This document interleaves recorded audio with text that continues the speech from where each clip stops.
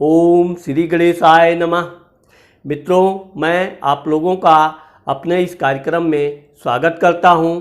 जैसा कि आप लोग जानते हैं कि इस कार्यक्रम के माध्यम से हम ज्योतिष के अलग अलग विषयों पर बात करते हैं, जिससे कि आप अधिक से अधिक जानकारी प्राप्त करें और इस जानकारी के माध्यम से आप कोई भी व्यक्ति का अपने मित्रों का या किसी का भी अच्छा मार्गदर्शन कर सकें।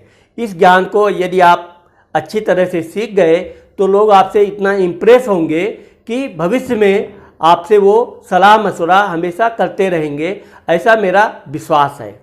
तो आइए शुरू करते हैं। आज हम बात करेंगे हस्तरेखा में भाग्य रेखा के विषय में। भाग्य रेखा क्या होती है, भाग्य रेखा कहाँ से निकलती है, भाग्य रेखा कहाँ तक जाती है और किस व्यक्ति के हाथ में यदि भाग्य रेखा नहीं है तो उसका जीवन कैसा होता है, और भाग्य रेखा यदि है तो वो कैसी है, इस विषय पर भी हम बात करेंगे। तो आइए सबसे पहले हम आपको बताते हैं कि भाग्य रेखा कहाँ से निकलती है। देखिए, ये नाड़ी है, इसको हम लोग नाड़ी बोलते हैं। यहाँ पर मणिबंध होता है, यहाँ से एक रेखा सीधी रेखा निकलती है और जो मध्यमा की उंगली यानी कि इसको हम लोग मध्यमा यानी शनि की उंगली है, यहाँ तक जो रेखा आती है उसी रेखा को भाग्य रेखा कहते हैं। भाग्य रेखा कहीं से भी निकल सकती है, लेकिन उसका अंतिम पड़ाव ये मध्यमा की उंगली के ही इसी पर्वत पर यानी कि ये शनि का पर्वत है, इस पर्वत पर आकर ठहरती है, उसी को हम भाग्य रेखा कहते हैं। अब जैसे भाग्य रेखा शुक्र के पर्वत से निकलती है और जाकर के अपने अंतिम पड़ाव यानी कि शनि के पर्वत पे जाती है, तो ऐसे लोगों का जीवन साथी इतना भाग्यवर्धक होता है कि जब भी उसके जीवन में विपरीत लिंगी लोगों का प्रवेश होता है तो उसके जीवन में अचानक भाग्य चमकता है और वो रंक से राजा बन जाता है, यानी बहुत सुखी हो जाता है और कभी कभी तो वो करोड़ों की संपत्ति भी प्राप्त करता है। ये उसके भाग्य से ही प्राप्त होता है, ना कि उसमें कोई विशेष योगदान होता है। अब दूसरा जो मैंने आपको पहले बताया कि जो रेखा मणिबंध से लेकर और सीधी रेखा मध्यमा की उंगली तक जाती है, अगर ऐसी रेखा साफ सुथरी हो, लालिमा लिए हो और कोई भी टूट फूट बीच में ना हो, तो ऐसा व्यक्ति जन्म से ही राजयोग का सुख प्राप्त करता है और अंत तक वो इतना मान सम्मान अर्जित करता है कि उसकी चारों तरफ प्रसिद्धि होती है। वैसे तो ऐसी रेखाएं बहुत कम ही मिलती हैं जो मणिबंध से लेकर मध्यमा की उंगली तक डायरेक्ट हों, लेकिन यदि ऐसी रेखा किसी के हाथ में है तो आप मान कर चलिए कि वो व्यक्ति अपने जीवन में जिस कार्य में भी हाथ डालेगा भाग्य उसका पूरी तरह साथ देगा और वो राजा से महाराजा बनेगा। गरीब है तो वो बहुत जल्द अमीर बन जाएगा। चंद्र का पर्वत, देखिए क्या है, चंद्रमा यात्रा का कारक है, विदेश का कारक है। अगर चंद्रमा से कोई भाग्य के, ये चंद्रमा का पर्वत है, अगर चंद्रमा से कोई भाग्य की रेखा निकलती है और वो जाकर के अपने मध्यमा यानी कि शनि के पर्वत तक जाती है, तो ऐसे व्यक्ति का भाग्य विदेश में होता है, जन्म स्थान से दूर होता है। यह व्यक्ति जीवन से ही संघर्ष तो करता है, लेकिन इसे अपने संघर्ष से लाभ भी मिलता है और यह उन्नति भी करता है, लेकिन यह है कि यह जन्म स्थान से दूर इसको अवश्य जाना पड़ता है। कुछ लोगों की भाग्य रेखा ऐसी होती है कि थोड़ी सी बनी फिर टूट गई, फिर थोड़ी सी बनी फिर टूट गई, यानी रुक रुक कर जो भाग्य रेखा होती है, ऐसा व्यक्ति कोई भी काम में सफल नहीं होता है। कोई भी वो व्यापार करेगा, कोई भी नया काम करेगा, कुछ समय के लिए करेगा फिर रुक जाएगा, फिर रुकावट के कारण दूसरा काम चालू करेगा, वो भी काफ़ी समय तक करेगा, उसमें भी उसको पूर्ण सफलता नहीं मिलेगी, फिर वो तीसरा काम चालू करेगा। इस तरह ऐसा जीवन में व्यक्ति बहुत बार काम में परिवर्तन करता है और बड़ी मुश्किल से जाकर के उसे सफलता मिलती है। भाग्य रेखा में अगर किसी भी तरह की कट हो या किसी तरह का डॉट हो तो आप ये मान कर चलिए कि यह व्यक्ति का भाग्य खुलते खुलते रह गया। कभी कभी तो ऐसा होता है कि लक्ष्मी दरवाजे तक आती है और लौट जाती है। कारण यह है कि ऐसे व्यक्तियों को कभी भी जुआ शेयर सट्टा में हाथ आजमाना नहीं चाहिए। अब जिसके हाथ में बिल्कुल भाग्य रेखा नहीं है तो ये व्यक्ति कर्म प्रधान होता है। ये जितना मेहनत करेगा सिर्फ उसको उतना ही लाभ होगा, वो भाग्य का कहीं भी सहयोग नहीं प्राप्त कर सकता है। ऐसा व्यक्ति ज़्यादातर एकांतवादी होता है, कभी कभी तो ये लोग क्रूर व्यक्ति के होते हैं। इस तरह से व्यक्तियों से अधिक आशा नहीं करनी चाहिए।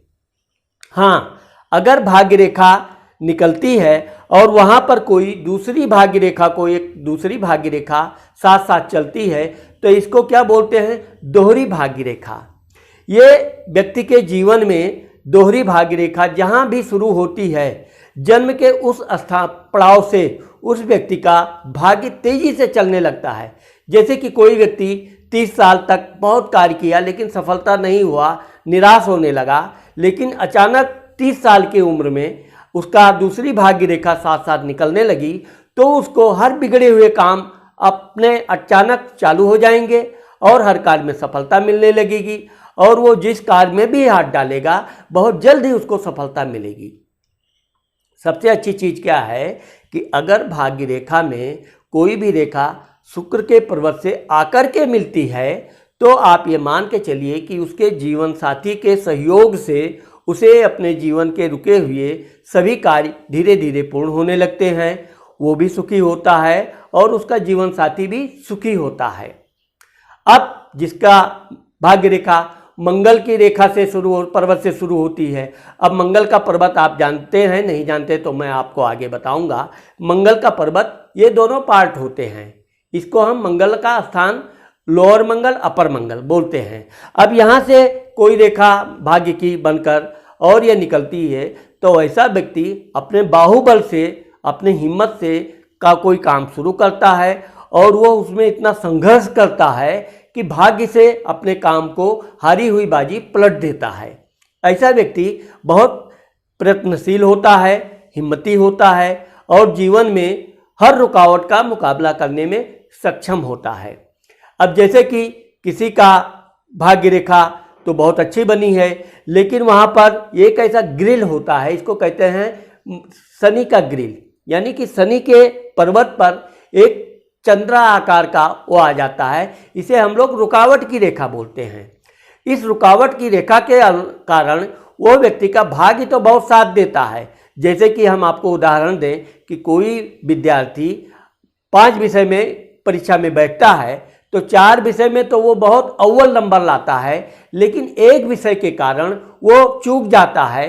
इसी तरह भाग्य रेखा में यह बात बहुत अनिवार्य है कि उसको देखते समय, आप समझते समय उसको इतनी बारीकी से देखिए कि कहीं इसकी रेखा में कोई रुकावट ना आ रही हो। अगर वो रुकावट आ रही है तो उसको दूसरी रेखा क्या कहीं से सहयोग कर रही है कि नहीं कर रही है। अगर कोई सहयोग कर रहा है रेखा तो भाग्य रेखा में गति आना अनिवार्य है। साथ ही आप ये मानकर चलिए कि सिर्फ भाग्य रेखा को ही देखकर आप किसी के जीवन के बारे में पूरी परिणाम मत मानिए।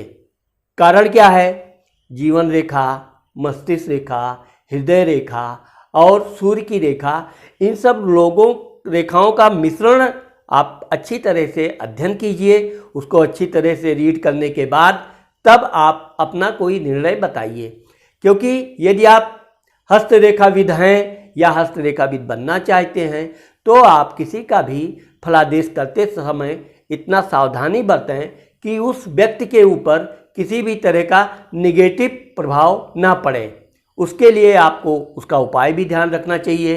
क्या उपाय करने से, कारण क्या है कि रेखाएं हमेशा चलती रहती हैं। आप ये एक बात नोट कर लीजिए कि कोई भी रेखा अस्थाई नहीं होती है कि वो जन्म के समय जो बनी वो मृत्यु के समय में भी वैसे ही बनी रहेगी। ये दैनिक क्रियाओं के अनुसार बनती बिगड़ती रहती हैं, ऊपर नीचे भी होती रहती हैं। कभी कभी उसके रंग बदरंग होते हैं, बदरंग से वो सुंदर भी होती हैं। तो आपको हाथ के बारे में अच्छी तरह पूरी जानकारी होना चाहिए। हाथ का रंग कैसा है, हाथ के रंग, पूरी हथेली की लालिमा कैसी है और साथ ही साथ उसको सहयोग करने वाली रेखाएं कैसी बनी हैं। जैसे कि भाग्य रेखा जाकर के जब मस्तिष्क रेखा और हृदय रेखा के बीच में बनती है तो एक त्रिकोण जैसा बन जाता है। त्रिकोण का मतलब यह है कि यह व्यक्ति अपने जीवन के इस उम्र में धन अर्जित करके वो प्रॉपर्टी बनाएगा या कोई बड़ी संपत्ति का मालिक बनेगा। स्क्वायर अब जहाँ आयताकार बन जाता है भाग्य रेखा के साथ साथ हृदय रेखा के ऊपर या मस्तिष्क रेखा के ऊपर, तो यह व्यक्ति अपने परिवार के लिए भी इतना धन अर्जित करेगा, जैसे अपने संतान के लिए कोई नया घर बना लिया, नया प्रॉपर्टी खरीद लिया या उसके पढ़ाई लिखाई में बहुत बड़ा इन्वेस्ट किया, तो वो उसके जीवन के भविष्य के लिए एक जमा पूंजी बन जाती है।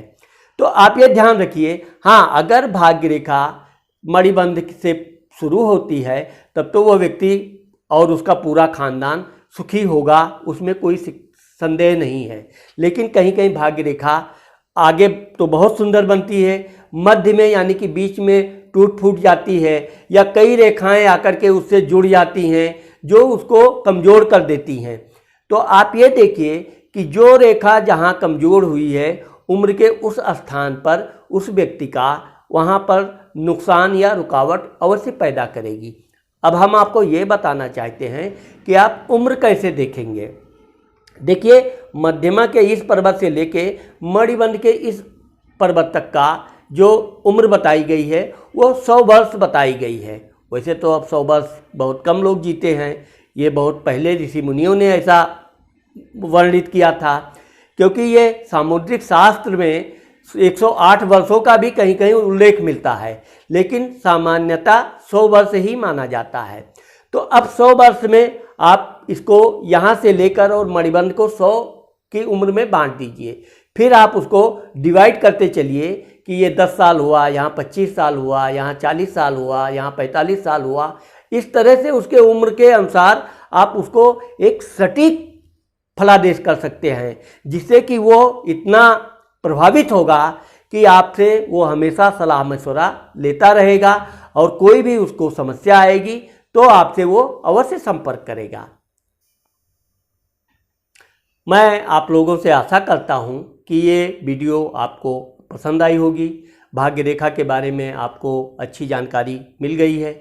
यदि आप जीवन रेखा, मस्तिष्क रेखा, हृदय रेखा के बारे में जानकारी प्राप्त करना चाहते हैं तो ये नीचे मेरा लिंक है, आप यहाँ क्लिक करके आप वो भी ज्ञान प्राप्त कर सकते हैं। नमस्कार।